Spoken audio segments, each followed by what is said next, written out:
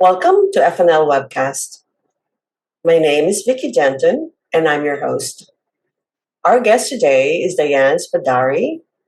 Daiane is with Iconic Lubrificantes in Rio de Janeiro, Brazil. Welcome to FNL Webcast, Daiane. Thanks for having me, Vicky. It's a great pleasure to be here. Same here. I've been so excited to have this interview with you. We met back in June and we've been in touch since then. And your background is so interesting. Tell us about it. Yes, of course. I graduated in chemistry, and when I think back to where my journey really began, it takes me right to my first role in biodiesel company. It is interesting actually because it was the first company to work with biodiesel in Brazil. And that was my first real experience with innovation.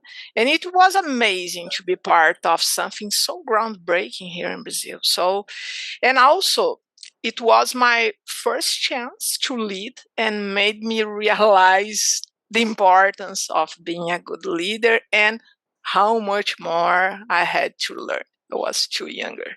So, uh, especially in manage people was my first experience, and I would say that was a great experience. I learned a lot, and after 2 years I decided to come back to academy, and I went back to university, and I took a postgraduate course in people management, followed by a master of science at that time.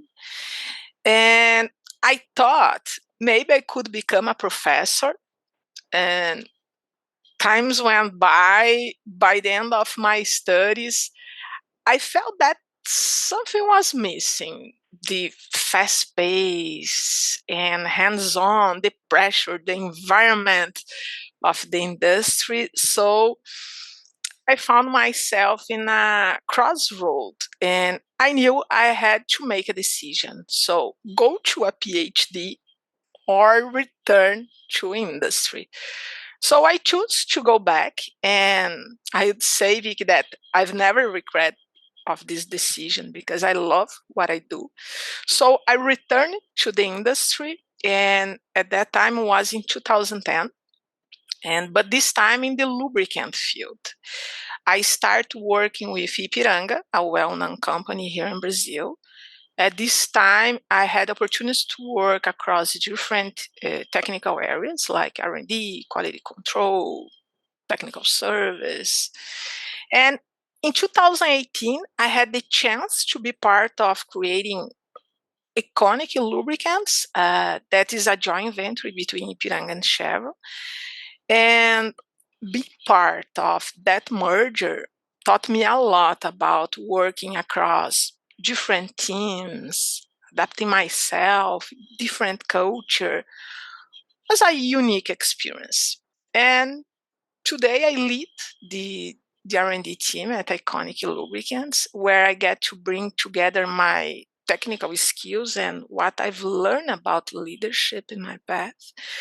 And I'm proud to say that I'm pretty fearless when it comes to taking on new challenges. And I love finding creative ways to solve thought problems. So, Vicky, this journey has been full of growth, and I'm really excited to see what comes next. Yeah, there's so many questions that I have for you. 2018, the joint venture was started, and today, after only less than 7 years, 6 years, Iconic is the largest lubricant supplier in Brazil. How did the company achieve that kind of growth in such a short time? And I assume the R&D team had a lot to do with that. Yes, that's right. But we born biggest when we did the merger was in the Brazilian market, because Chevron and Ipiranga was strong at the market. So we born big, and was a great journey until here, because we have a lot of to do, a lot of process to put together. So was a great journey, and we learned a lot about managing two brands, two important brands in the Brazilian market. Yeah, and Brazil is the largest market in South America. So when you look at South America, you really look at Brazil first. So yes, it's very high growth, relatively speaking, because globally, lubricants growth is more or less flat to 1%. But I understand that the Brazilian lubricant market is about growing at about 3%.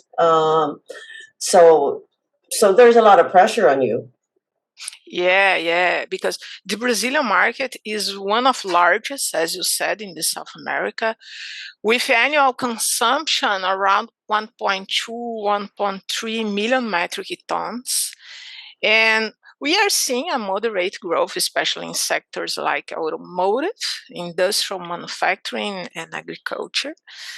But in terms of key players, the market is led by five main companies: Iconic, Vibra, that's former Petrobras, Moove, Shell, and Petronas. Together, these companies holds most of the market share here in Brazil, but Iconic holds more than a quarter of the market share here. And recently, Iconic actually established an R&D center, and this is near your main plant, I believe. Tell us about it. Why build an R&D? Why is it important to have an R&D footprint? Yes.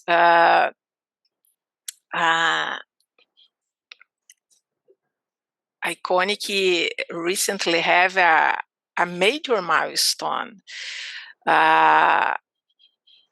We recently have our grand opening 15 days ago, I would say. And New Technology Center is the largest private lab in Brazil, in Latin America, not just in Brazil. And for us, it is a major milestone with this grand opening of our New Technology Center. We have more than 300 state-of-the-art pieces of equipment and more than 50 highly skilled professionals. We have international certifications like ISO 9001, ISO 17025, IATF, and others. So this technology center represents our commitment to stay ahead in innovation and delivering a cutting-edge solution to our customers, Vicky. So tell us a little bit more about how different is the Brazilian market from the rest of South America or even the world. Brazil is known for having a very big bio business, both in the ethanol and the biodiesel side, like you mentioned earlier. So with that, what makes it different? The formulations have to be different because you have higher biodiesel and higher ethanol content. I know that Fiat just recently also introduced a kind of a very interesting concept, which I haven't heard of in other markets, kind of a biohybrid. So tell us about what's unique about the Brazilian market. Yes, of course. We don't, if I'm not mistaken, we don't have a specific requirements for Brazil.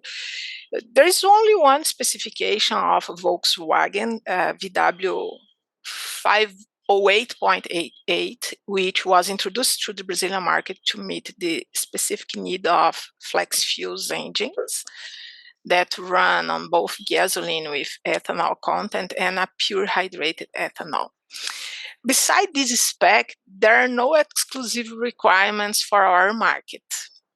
The lubricant market here in Brazil is regulated by internationally recognized standards such as API, ASEA, DIN, and OEM specification. However, even without specific local requirements, Brazil has its own particularities, as you said, and we must develop a lubricant that is robust enough to address these potential issues that may arise. And I can give you an example here, because our diesel today is we have to include 14% of biodiesel, and it will increase to 15% by 2025. In theory, this percentage will not affect, but in the real life could affect the performance of the lubricant, mainly in terms of oxidation, because the dilution, the fuel inside the lubricant. So that's the reason our formulation needs to be robust enough to handle this specific condition. So you're saying that basically, once there's a new ASEA spec, for example, ASEA just introduced a new diesel specification, or there's a new API spec, and API is going to introduce ILSAC GF7 next year. Those are readily adopted by the market. Yes, they are adapted to our market, but a regionalization is really at the key to our strategy, because it's not about creating a one-size-fits-all solution. It's about developing products that are optimized for the local environment, ensuring better performance, and all the difference that we have here, our particularities, like our fuel that is a little bit different, but of course that these global standard requirements meets all the specifications that you have to follow here in Brazil. Since Brazil really has, I would say, in terms of market share, right? Stellantis and Volkswagen being more dominant in the market. Are ASEA specs more prevalent than in the market than API specs? ASEA, I would say that's more important, but here, because of the competitiveness and the facility to understand APIs, the people knows more APIs. So we have ASEA and API, but I would say the market knows better API. So they tend to use more API specifications. So in your products, for example, I assume you have a premium tier, you have a medium, and maybe a low tier. Um, the premium would have both ASEA and API on the label. Is that correct? And then maybe the mid tier may only have one. And then, so the additization level would be different, maybe even the base oil? Yes, that's right. Our premium products meets all the requirements most of the time, API, ASEA, and also the approvals regarding to the requirements of OEMs. And our entry-level products, most of the case, need to provide more competitiveness. Is Brazil primarily a Group 1 or Group 2 or Group 3 market at this point? Group 1.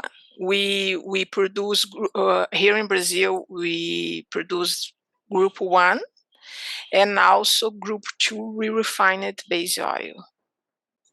So are RBOs a, how would you say it? Is that mandated, or is that just the market accepts the use of re-refined base oil because the quality levels are similar to virgin base oils? Nowadays, the market is requiring a re-refine because of the sustainability. And here in Brazil, you have a very good Group 2 refined base oil, so it's not a problem.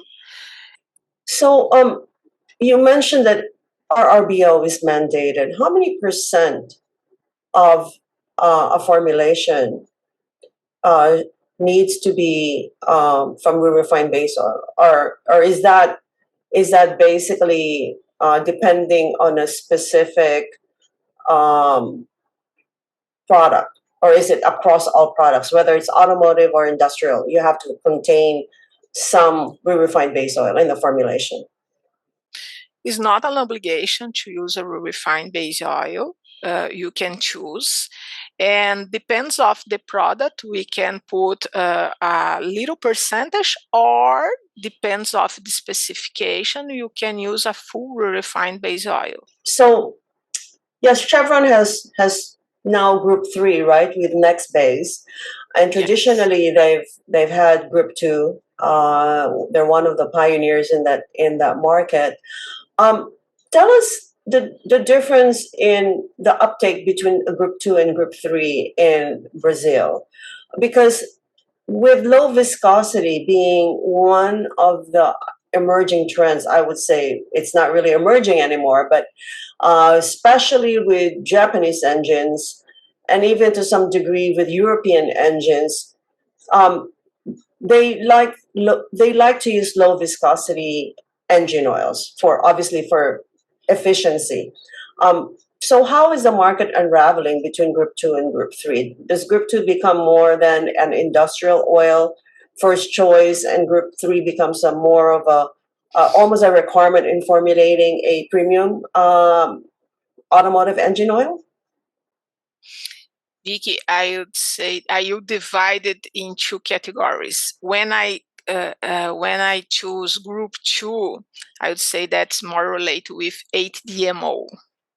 And Group 3 nowadays, as you said, with low viscosities, and we have to meet all the specification. Most of our products, it is a synthetic product.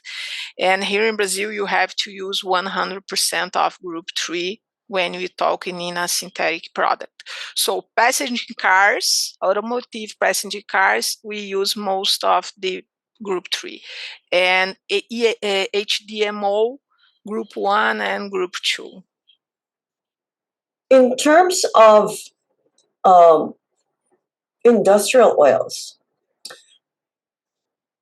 are industrial oils still basically mostly Group 1 and naphthenic base oils, or what's that market like? Because I know automotive oils are a bigger market in Brazil, but maybe we can talk a little bit about the industrial side, because that's often not so well discussed.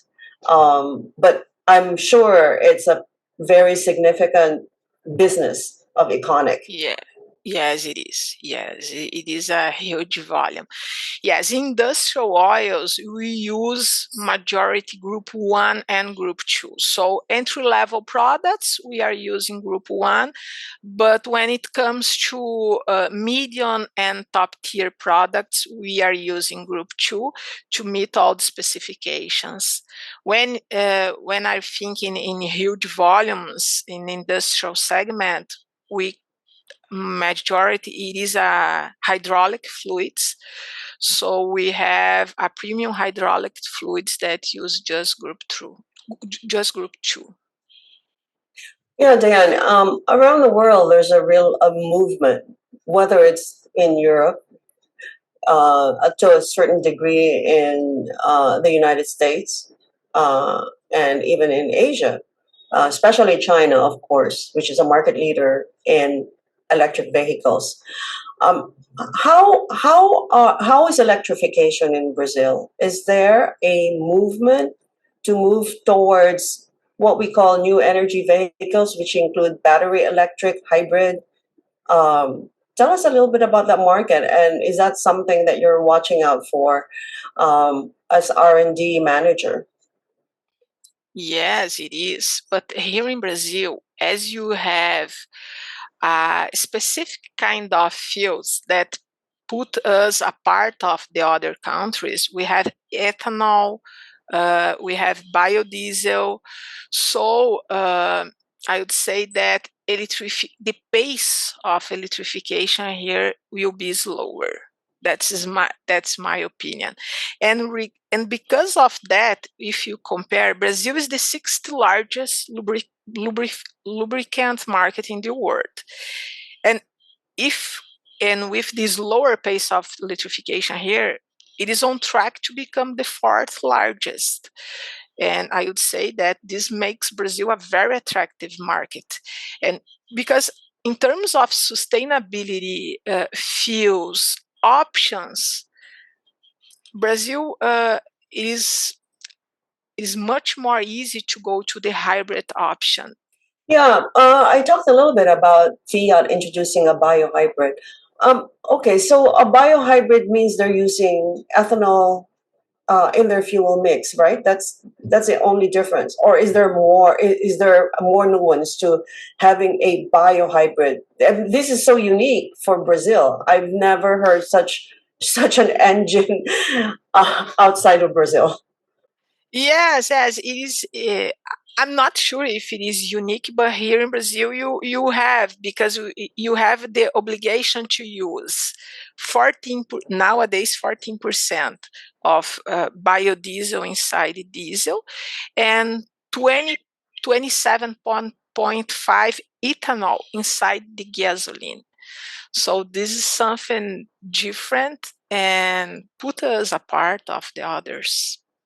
Yeah, and you mentioned for biodiesel, oxidation is a concern, and I assume that for ethanol, corrosion is a concern, and also water miscibility. Um, how does that impact a lubricant formulation in that case? With these two different requirements from the biodiesel side and the ethanol side. Yeah, most, and you are right, impacts in terms of oxidation, we have to be aware of these problems. And because of that, we can run a specific tests in our technology center that let us simulate different conditions that might happen in the fuel with biodiesel. So we can evaluate our different scenarios, and most of the time we can develop something more robust. Even though we know that we have to meet all the same a global same specification, we can adjust our products and developing something more robust in terms of a specific characteristic that we have to meet here in Brazil. And using a premium base oil probably will make a huge difference. Let's talk a little bit about Greece. It's a relatively small volume market, but it's important. Um, what is the most common grease being used in Brazil, and how does that align with the rest of the world? Yeah, we are a little bit later in terms of new kind of grease, but I would say that most of our volume, it is simple lithium, followed by a lithium complex. And nowadays you are introducing some new products here that the market is accepting very well, like calcium sulfonate and also polyurea. And this is because of um, prices of lithium being very volatile because of the demand from the EV market. Both. But nowadays, I would say that is more to attend the specific requirements for the equipments. So we have here in Brazil, mining is very important, and we know the complexity of these equipments. So having a very good grease make a difference, and our customers can evaluate and see that it is very good to use a different kind of grease, a more premium one, you deliver more benefits. Yeah, Dan, let's talk about we're near the hour, but let's talk about two more topics I think that are really interesting. First one is you mentioned sustainability, and the second one is innovation and women in R&D. And let's talk about sustainability for a few minutes. Brazil obviously is really important in the sustainability scenario because of where you're located. Um, what are the biggest challenges that you, as the head of R&D for Iconic, have to deal with? Obviously, now everyone's looking at product carbon footprint. Is reducing product carbon footprint the biggest challenge now for someone at your position? Yes. Also, at Iconic, we are fully committed to create sustainable products. So we also, when you are trying to developing something new, you have to be aware what you use. It is sustainable, what kind of technology that I have access. So of course, our first choice will be something sustainable for our customers. But innovation is an important part here because we know that we need to provide something new to our clients, and we also try to stay ahead with technologies, what is different, what we can do better for our market, and not just creating better products, but also offering a completely solution for our clients. And sometimes this means developing more efficient lubricant that help reduce emissions, as well as creating formulation that extend the life of machinery. And nowadays, I will give a spoiler, we are exploring biolubricants as well. Yeah, so basically, when we talk about biolubricants, Daiane, we're really talking about two things, right? So either the base oil is going to be renewable, or it's made of from a biological material. So vegetable oil would be the first choice. Um, and obviously, Chevron also um, has a stake in a company that produces renewable base oils. Which stack are you approaching? I mean, or you do both? Look at biological and renewable at the same time. Both at the same time. Mm. The base, a renewable base oil that Chevron has, it is a very very good product. So when it comes to thinking in automotive option, for sure that I will choose a renewable one. But when it comes to industrial segments, we are seeing vegetable options like polyester that have different requirements for hydraulic specification. So I'd say both, different, depends of the cases. Yeah, I found out a very interesting fact that biolubricants cannot be re-refined. Um, to me, that was an eye opener because I didn't know that really the way the market is structured right now, you can only re-refine um, group one or group two or group three, but not anything made from vegetable oil.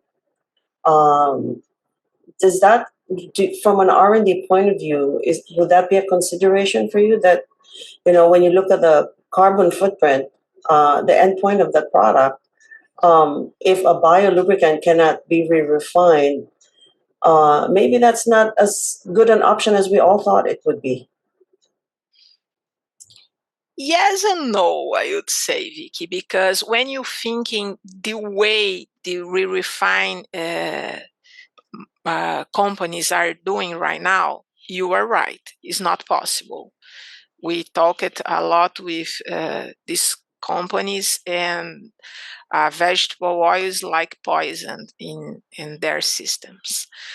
But we are exploring something new, and you probably will not go to the refine option, but probably you have different options to reuse this kind of vegetable options. We are working on that, and in the, I think, next month or years, we are providing a very good solutions thinking of circularity.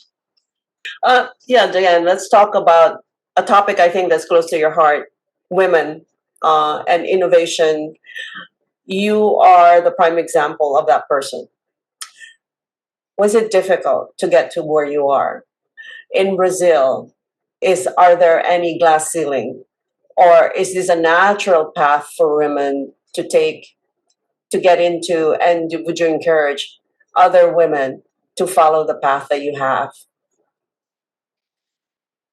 I think it's the same in all countries. I wouldn't say that we have a different condition here in Brazil, but particularly, I didn't have much problems here. My boss, it is a woman, and here we have 4 managers, and 3 of them are women. So this is a big shift. I know that in the past we didn't see many women in technology, and I always joke with my colleague that he's the diversity in our team, because since he's the only man here in the technology team in Iconic. But I know that this is something different here at Iconic. It happens naturally, and but I can see a different path, a different behavior. I can see a lot of women in the events that I'm coming, comparing with the past. 90%, I would say, that were men, and nowadays I think it is changing the scenario. Yeah, slowly changing. But I think it's more also, Diane, to do with the oil industry traditionally, especially in upstream. It's really been a men's world. Yeah.